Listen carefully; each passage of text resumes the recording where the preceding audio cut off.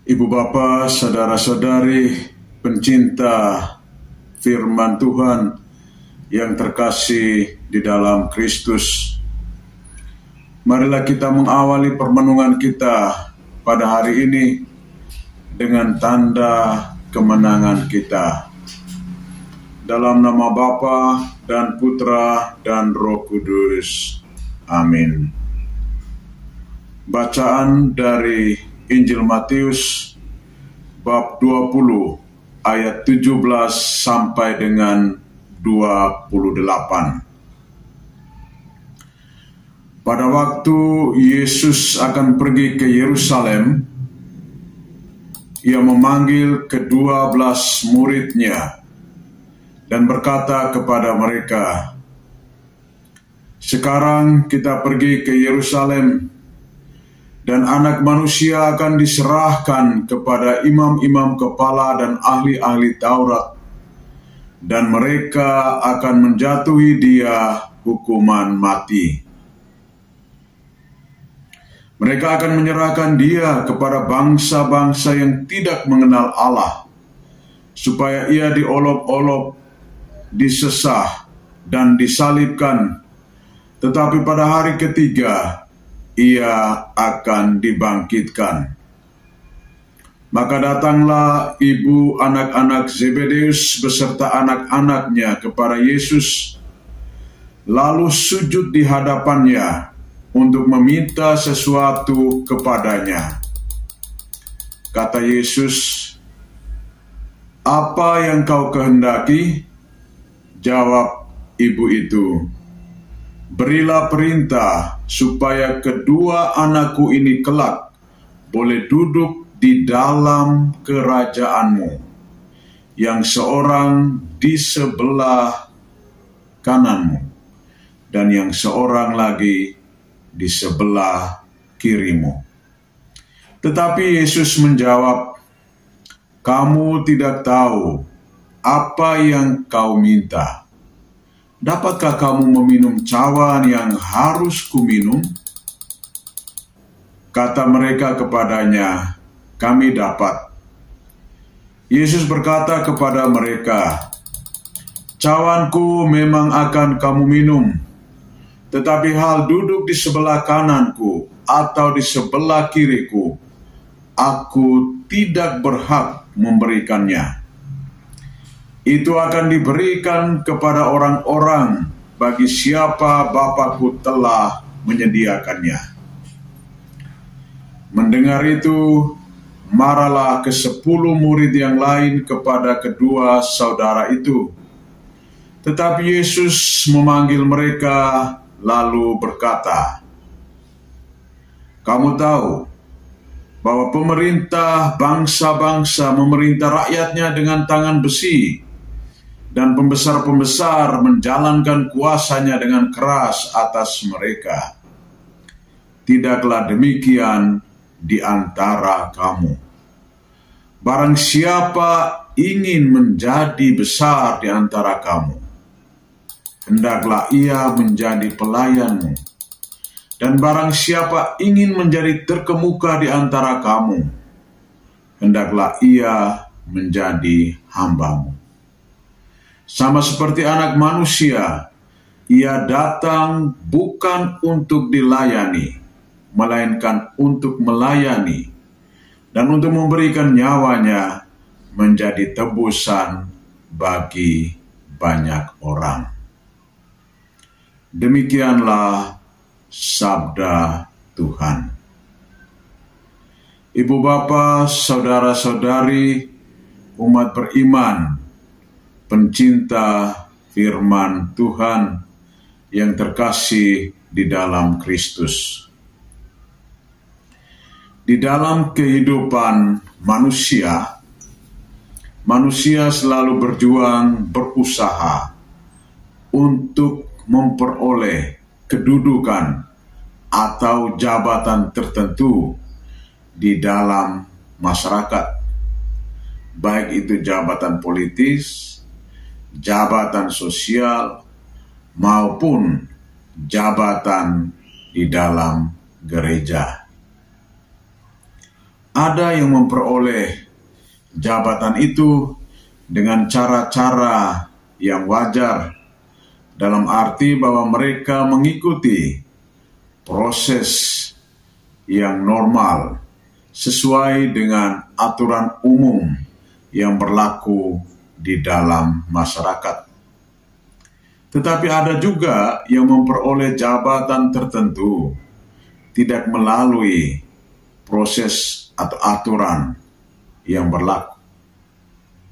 Mereka melakukannya dengan melalui jalan pintas, jalan yang memuluskan proses untuk memperoleh jabatan meskipun sangat tidak sesuai dengan norma-norma kehidupan yang berlaku pada umumnya. Bila orang sungguh-sungguh menyadari bahwa jabatan atau status sosial yang ia peroleh merupakan amanah dari yang ilahi, maka ia akan menjalaninya sesuai dengan prosedur dan akan menghidupinya dengan sungguh-sungguh untuk dan demi kebaikan banyak orang. Ketika Yesus menyampaikan kepada para murid-Nya bahwa Anak Manusia datang untuk melakukan kehendak Bapanya, dan untuk melakukan kehendak Bapanya ini, ia harus diserahkan kepada imam-imam kepala dan ahli-ahli Taurat. Ya. Bahkan mereka akan menjatuhkan hukuman mati kepadanya. Ia akan diperlakukan secara tidak manusiawi, diolok-olok, disesah, bahkan disalibkan, namun ia bangkit pada hari yang ketiga. Ini poin penting yang disampaikan oleh Yesus kepada para murid-Nya, supaya mereka sungguh-sungguh menyadari misi utama yang dilakukan oleh Tuhan adalah untuk menyelamatkan semua manusia dari noda dosa. Ketika Yesus menyampaikan poin penting ini kepada para murid, datanglah ibu dari anak-anak Zebedeus. Ia memohon kepada Tuhan, berilah perintah supaya kedua anakku ini kelak boleh duduk di dalam kerajaanmu, yang seorang sebelah kananmu dan yang seorang lagi di sebelah kirimu. Ini permintaan dari seorang ibu kepada Tuhan supaya anak-anaknya itu memperoleh kedudukan, status yang lebih tinggi dari para murid yang lain. Di dalam benak ibu ini, ia menghendaki supaya anak-anaknya itu tidak mengalami kesulitan, kesukaran di dalam kehidupannya, karena mereka akan duduk di sebelah kiri dan di sebelah kanan Tuhan.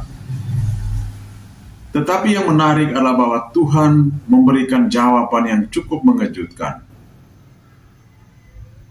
Kamu tidak tahu apa yang kamu minta.